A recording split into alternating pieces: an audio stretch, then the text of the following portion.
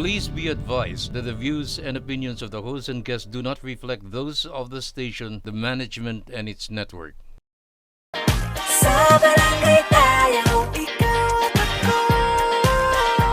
Nagbibigay ng aral sa mga kagawad at kapitan. Sa barangay tayo. Welcome back po mga kabarangay na andito po tayo sa best practices segment natin na kung saan ang ating pong mga punong barangay, mga kagawads at pati na rin ang ating mga partners in local government, ang ating mga mayors at mga konsehal naglalagay o nagbibigay sa atin ng mga inspirational messages at mga magagandang mga programa para sa kaalaman ng ating mga public servants sa 42,047 barangays. Dito po sa Mandaluyong, hindi lang dahil magkapamilya sila, alam niyo na, nai-elect o dahil matagal na sila sa pwesto, meron din po silang mga programa.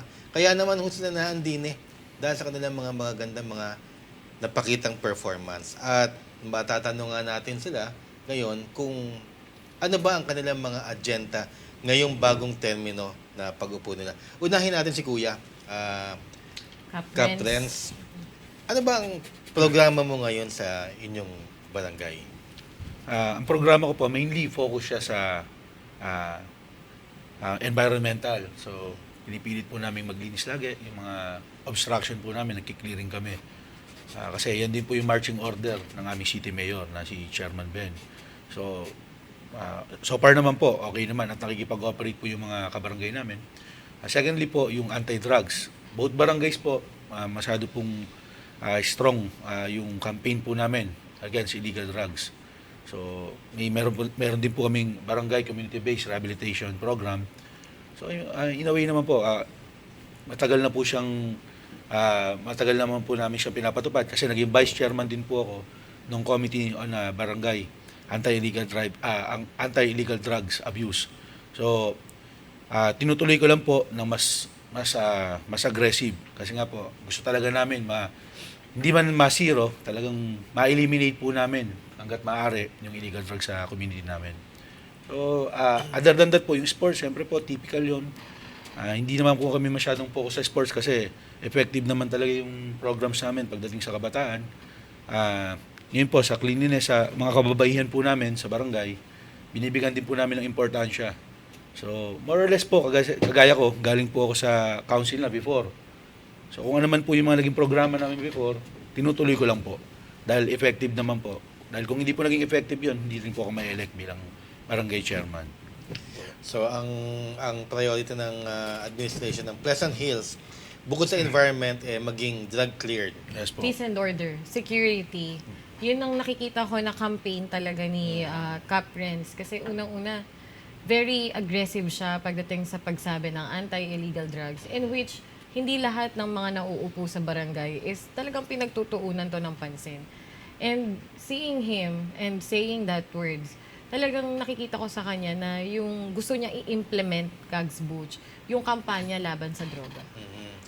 I'm sure you must be very proud kasi bilang kabatch mo na SK Chair, ngayon napakatayog ng kanyang mga programa para sa kanyang barangay.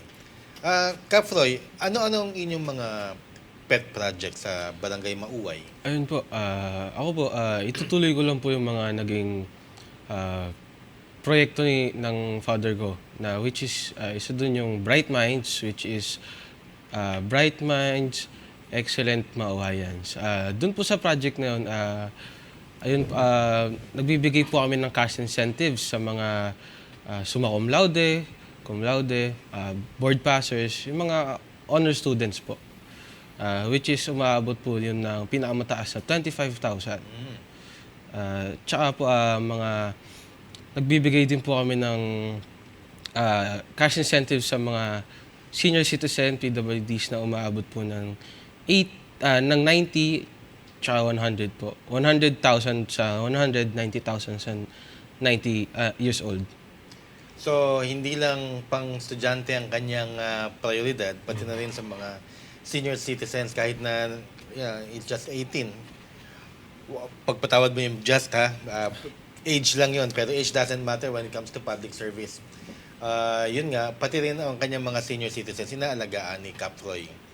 Tama ka dyan, Kags Butch. Nakita ko rin yung willingness niya to continue the service that his family started. And I think for the very young age, hindi talaga yan mga kabarangay basehan. Dahil gaya po ng laging kong sinasabi, na ang pagbibigay po ng serbisyo sa ating mga kabarangay at yung pagluklok mo sa pwesto ay hindi talaga nagiging basehan lang ang isang edad. Dahil minsan, pwedeng itong mga younger age, ang mas maganda yung envisioning, very fresh yung minds, at the same time, yung mga programa na gusto nilang gawin sa kapwa nila mga kabarangay, talagang timely lang, Kags. Kumbaga, napapanahon. Oo. Oo nga. Alam mo, Cap Roy, gusto ko lang tanong. Di ba 18, tapos syempre hahalap ka sa iyong konseho, tapos hahalap ka sa mga constituents. Hindi ka ba naka-conscious, alimbawa, or para bang nasasabi mo sa sarili mong, okay, batang-bata pa ako, nandito na ako. Ako yung actually father ng barangay namin. Ako ang ama. Hindi ba sumagi sa isip mo na tama ba ako dito? Or Lord, tulungan niyo ako. Aside sa aking mga kapatid at ama. Or talagang very confident ka na magagawan mo at magagampanan mo ang iyong trabaho. Siyempre may mga ganun po akong Doubts. na doubt sa sarili ko. Pero ano nga po, siguro yun po yung risk na kailangan kong ibigay para in order for me to do my role, do my job sa pagiging punong barangay ko at this early stage po. Kasi alam naman natin, pagka 18, bata pa, mag-enjoy, mga gimmick-gimmick, mas okay naman pong, yun po yung risk na mas kailangan ko ibigay na pagpalit sa job ko. Pero may point siya doon, Kags, ha? Kasi at a very young age siya na nagsabi, 18 years old, instead of going out, partying all night, ay mas pinili niya yung ganitong risk na lang ang i-take para rin naman kasi sa pag-grow niya. Tsaka siguro marami rin talaga siyang hindi lang in mind mga kabarangay, kundi coming from his heart na gusto niya magbigay talaga ng totoong serbisyo sa mga kabarangay niya. Well, mahirap maging public servant, especially kung sasabihin nga, sinabi nga ni Cap Roy na to take a risk dahil alam nyo, nung 18 tayo, ako party tsaka basketball eh. No, hindi natin naisip masyado na maybe at the back of our minds, siguro balang araw magsisilbi ako. Si Kags Butch lang po yun mga kabarangay. Dahil Ikaw, ako po ay nagsisilbi ka na. nagsimula na Yes. ng 16 years Kayong lahat, maaga kayo nag-start. Pero ako, basketball, party, tsaka makatapos ng koleyo, yun ba yung mga iniisip natin na yun? At tsaka, syempre, ang katanungan naman halimbawa, umpisa tayo kay Cap Renz ulit. Dahil nga maaga kayo nag-start, paano nyo ngayon? Punong barangay na kayo, 24 hours. Yes po. 24 hours ang trabaho ng kapitan. 24/7. 24/7. Yes. Mhm. So, kamusta yung work-life balance ninyo? Swerte kayo, of course, dahil ang family nyo nasa politika. Apo. Hindi mahirap pag-usapan. Pero syempre, sa ibang bagay na, halimbawa, meron din naman kayo mga hobby. Naiimbita rin kayo ng mga barkada nyo. Definitely. Barakay, halimbawa, mga ganon. Paano nyo na yung work-life balance na yan? Especially dun sa mga interest nyong sa buhay na malayo sa politika. Sa ngayon po ako, nakapokus talaga ako sa barangay. Sa ngayon, kasi syempre po, kakaumpisa ko lang. Kailangan ko po i-set up po yung barangay mismo, kung paano yung flow po ng mga trabaho ng mga empleyado natin. Kaya ngayon po, sa pagkaupo ko pa lang, talagang nag-focus na po ako sa pag-set up nung pagtakbo ng barangay. Siguro po, eventually, makakahanap din ako ng paraan kung paano masasama na po ulit din yung pakikipag-socialize ko sa mga kaibigan ko. Kasi akin po ngayon, kailangan hatawan ko muna itong mga unang bugso ng term ko. Kasi nga po, kaya lang sabi ko, i-set up ko po lahat, yung peace and order, yung kung paano yung pagpapaigting sa obstruction, nang wala po magbalik ng mga obstruction nila, sa illegal drugs. So siguro po, pag na-set up ko na at maganda na po yung flow, makakapagbigay na po ako ng sobrang time para sa social life ko naman Yes, po. Kags Butch. It's very clear that the dedication of our Kapitan Renz is para dun sa kanyang mga kabarangay. So, saka na muna, pinaka-importante naman mga kabarangay yung salitang at saka, 'di ba? At saka na po muna ang kanyang partying sa Kasi kanyang mga kaibigan. Gusto ko lang po dahil medyo maganda po yung nakuha kong boto. Ay, unfair naman po kung magpapapetiks-petiks ako despite ng malaki po yung nakuha kong boto. Siyempre po, deserving naman po yung mga constituent namin na Paglingkuran. paglingkuran sila outright pagkatapos namin mayahalal. Alam mo, hanga ako sa mga ganyang salita, Kags Marie. Yung binigay sa yung majority, tapos hindi mo sasayangin dahil binigay sa yung malaking tiwala ng iyong mga constituents. Hindi lang constituents, mga kapitbahay. Opo. Mga kasama mo sa buhay yan eh. Simula bata hanggang sa pagtanda ninyo. Maganda yan. Second, talagang sakripisyo talaga ang pagiging public servant. Kayo nga ang tatlo dahil at such an early age, good luck kung makahanap talaga kayo ng time dahil bilang kapitan, di baling kagawad or SK kagawad, pero bilang kapitan, hindi nawawala ng problema ang isang barangay. Akala mo tapos na eh, pero mamaya meron pa ulit. Tama ka dyan, Next week Kags meron Butch. pa ulit ng issues. Kaya ako, I wish you the best of luck kasi you are still, hindi naman young, pero nag-uumpisa, pero alam ko naman na mahal mo yung trabaho mo, kaya magagampanan mo ng paraan talaga. Ang talagang curious ako kay Cap Froy eh. Pareho tayo. Yun lang yung susunod kong sasabihin, Kags Butch. Na, Kap Froy, ayan, sinabi nga ni Kags Butch, yung work-life and balance natin. Ikaw kasi nag-aaral sa ngayon and graduating. Congratulations in advance. Papaano mo kaya sa iyong paraan masasabi na maipagsasabay mo itong pag-aaral na ito na kung saan magtatapos ka at the same time, yung init or bugso pa ng transition, turnover ng pagiging punong barangay? Ano lang po, more or less, kagaya po ng sabi ko kanina, risk lang po. Mas uunahin ko po muna, syempre, kasi since graduating na po ako, mas prioritize ko po muna mag-aral din ngayon. Since on the process naman din po ako ng turnover, kaya-kaya naman pong pagsabayin. Basta hindi lang po ako, tsaka na po muna yung mga other agendas ko po sa buhay. Ang main focus ko lang po ngayon is barangay tsaka school. Pero pinaka-main po talaga is maka-graduate po ako. Yun po. Pagdating mo ng college, Cap, anong kukunin mong course? Huwag naman sana ng political science. Politika na talaga lahat eh. Yan po, depende pa po kasi yun. Depende pa po. Wala Pero pa do you kayong have naiisip something sa in ngayon? mind? Meron naman po na siguro civil engineer. Civil engineer. Pwede din po, Polsci. Depende po. Well, andyan na eh. Talagang dapat Polsci. Yeah. Ikaw, Polsci ka ba? Hindi, marketing ako. Pareho pala tayo eh. Yeah. Hindi, Kaya tayo nandito. Kung going back, gusto ko talaga mag-Polsci. Same. Tapos, Same. Well, yun nga, nandun na tayo sa work-life balance. Ngayon, alam natin na ang politika mabugso, masakit na mundo yan eh. Masakit sa damdamin yan eh. No? May maririnig ka, di ba? Kahit Marie, kagawad lang tayo, pero may naririnig tayo na may sinabi ganyan, laban kay ganito, ganito.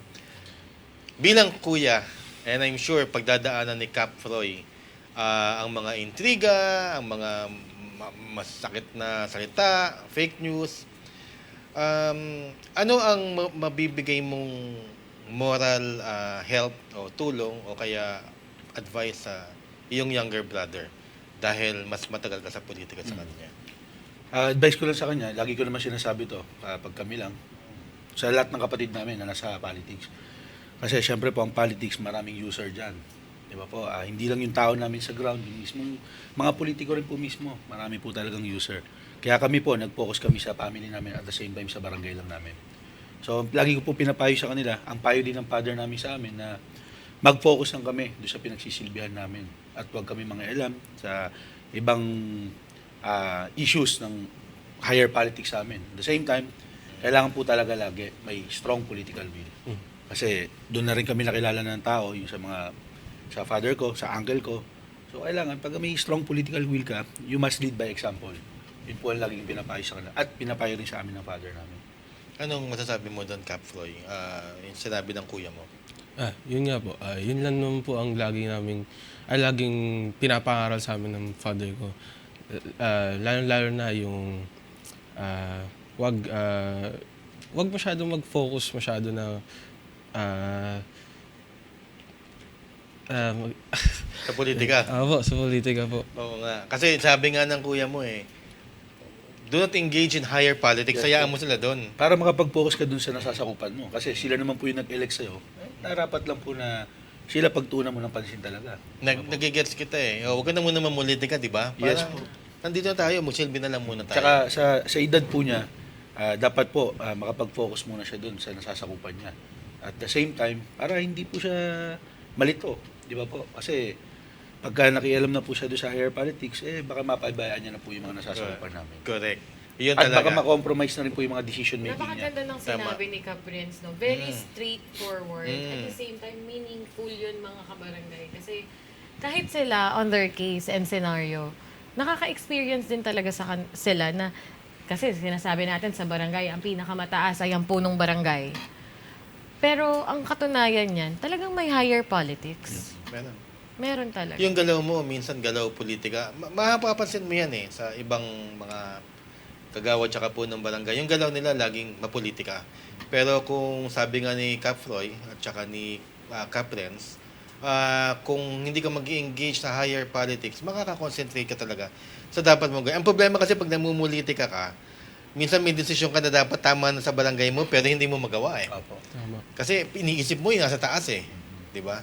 Tama lang yun, yung ginagawa ng magkapatid na barangay muna ang iisipin bago yung politika. Last question, Kags Butch, for our segment today. Yung collaboration, since pareho silang galing sa different barangays, ang pinaka-question ko, may naiisip ba kayong collaboration project ng Barangay Mauway and Barangay Pleasant Hills? Ako, gaya po ng sinabi ko kanina, itutuloy na lang namin yung mga programs ng uncle ko, ng father namin. Kasi nga po, yung pinalitan namin, brother barangay din. Which is yung sa kanya, ang kapitan niya, yung father namin. Ang kapitan ko, yung uncle ko. So, for the second time around, brother barangay po rin yung magmamanage ng Matindi. dalawang barangay. Yes. So, more or less po, tutuloy lang namin yung mga programs. Kagaya ng, siguro kami lang po sa Mandaluyong yung nag-champion sa basketball league ko, tsaka nag-champion sa basketball league ng barangay niya, is merong friendly game na best of 5 series na championship. Yes, pwede nilang talagang gawin yun, yung mga partnerships. Kasi Yes, nga, parang- syempre, unang-una, magkapatid kayo. Yes. So, napakaraming mga programa na pwede rin nilang i-adapt sa bawat sa bawat na isa. kanya-kanyang mga barangay. Pwede nakatuon yung programa ng Barangay Pleasant Hills sa Mauway. Pareho sila may kinabang Tama. May At saka maganda dapat pong naman talaga ganun. May maganda pong nagawa yung magkapatid na pinalitan namin, yung father nga namin, tsaka uncle ko, na yung Jeepney Operators and Drivers Association sa amin, yung nasasakupan ng dalawang barangay namin, is nagbigay po sila ng, alam ko po, nasa 150,000 sa barangay niya. At sa akin, sa akin 50,000. Yun po ay para ma-subsidize yung mga senior citizen at PWD na sasakay sa jeep.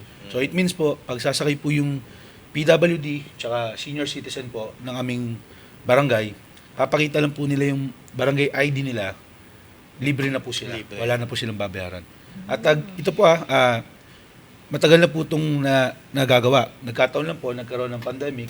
Pero just the same, patuloy po rin, binayaran pa rin po ng barangay yung Jeepney Operators and Drivers Association kahit wala pong pasero.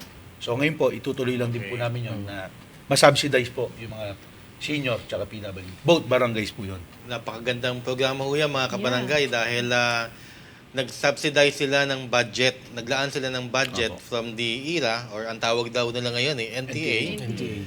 At para malibre ang pag-commute ng kanilang PWD at mga senior citizens. Pero ordinansa yan, di ba?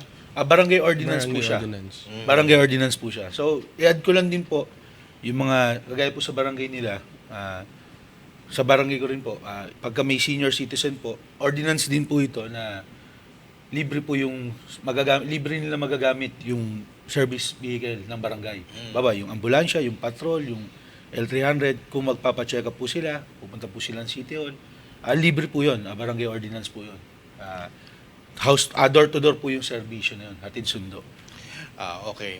Congratulations. Alam nyo, Kap, hingi lang kami ng pabor. Yes po. Yung dalawang ordinansa na yun, medyo padala nyo sa amin para Sige mapakita po. namin sa ating mga Maganda, kabarangay. maganda po, ma-adapt po ng ibang barangay kasi yun po talaga yung mga serbisyong daan. Abangan nyo po yung Facebook page namin at saka yung YouTube channel. Doon po ilalabas po namin yung dalawang ordinansa. Kagaya po nung ginawa nating Educational Assistance Fund ni Kags Marie, ito, palalabasin namin yung dalawang ordinansa. Bago tayo magtapos, Kags Marie, meron ka bang babatiin bago mag-iwan ng mensahe ang ating dalawang magiting na kapitan? Ayan, so I'll take this opportunity, Kags. Of course, I would like to congratulate ang atin pong number 1 kagawad from Barangay BF Homes. Walang iba po yan kundi si Kagawad Cheryl Ortonio. At syempre, meron din pong nagpapabati, Kags Butch. Congratulations also kay Kagawad Edna Lamataw, number 1 kagawad of Barangay Zone 3, Baybay City, Leyte. And syempre, I would like to say happy birthday to my best friend, Camille Manansala. Enjoy your day. God bless you. Kagawad Mail, Kagawad Camille. Yes, diba? Kagawad Oo. Camille Oo, Manansala former of kagawad BF. ng BF. Former SK Federation President din po siya ng City of Parañaque. Well, hello. Okay, nandito tayo. Kung gusto mag-iwan ng mensahe sa ating mga kabarangays, ang ating po mga special guest, let's start with Cap Floy from Barangay Mauway. Yun po, maraming salamat po sa inyo mga kabarangay. Salamat po sa mga pagtangkilik nyo sa pagtangkilik nyo sa amin, pagtiwala, sa pagsuporta sa pamilya namin. Yun lamang po. Tapos, Cap kay Renz. Cap Renz from Pleasant Barangay Hills. Pleasant Hills. Una, thank you po kay Kagawad Butch, kay Kagawad Marina, kabatch ko, Salamat. sa pagkakataong Thank you ito. po sa At samantalin ko na rin to na magpa-thank you sa inyo kasi nga gaya po na sabi ko kanina, hindi kami nag-house to house, nagkampanya. So ito na lang po sana way namin makapagpa-thank you sa inyo dahil sa walang sawang pagsuporta nyo at pagtangkilik sa pamilya namin. Ulitin ko po, maraming salamat po. Sa inyo lang po kami dapat magpasalamat, wala nang iba dahil kayo po ay nagtitiwala sa amin ng walang second thought. Lagi po kayo nakasuporta sa amin. Kaya maraming salamat po. Wow, thank you very much. Kags Marie, it has been a very inspirational day for all of us. Nai-inspire kami dahil alam nyo kaming kagaya kong mga thunders, kumukuha kami ng lakas sa mga batang mga public servants at Younger nai-inspire kami. generation. Younger generations ng mga public servants at nakakakuha din tayo ng mga gandang mga idea. And of course, ang politika sa Pilipinas, it's more than just strategy, it's about blood. And sabi nga ni Kapitan Renz, it's also about performance. Kaya naman po para sa inyong lahat, next week at sa mga darating na linggo, kami po ni Kags Marie ay mag-iikot sa Pilipinas at uunahin po namin ang Cavinti, Laguna. Mapapadalaw po kami sa inyong mga barangay. Doon po sa mga nais mag-imbita sa amin, magsabi lang po sa aming Facebook page o kaya mag-message lang po kay Kags Marie o sa akin sa FB account natin. At tingnan natin kung mapapangunlakan namin po ang inyong mga barangay. Lahat po yan, Dine, sa barangay tayo. Sa barangay tayo, ikaw at ako. Sa barangay tayo, wow. Sa barangay tayo, ikaw at ako. Nagbibigay ng aral sa mga kagawad at kapitan. Sa barangay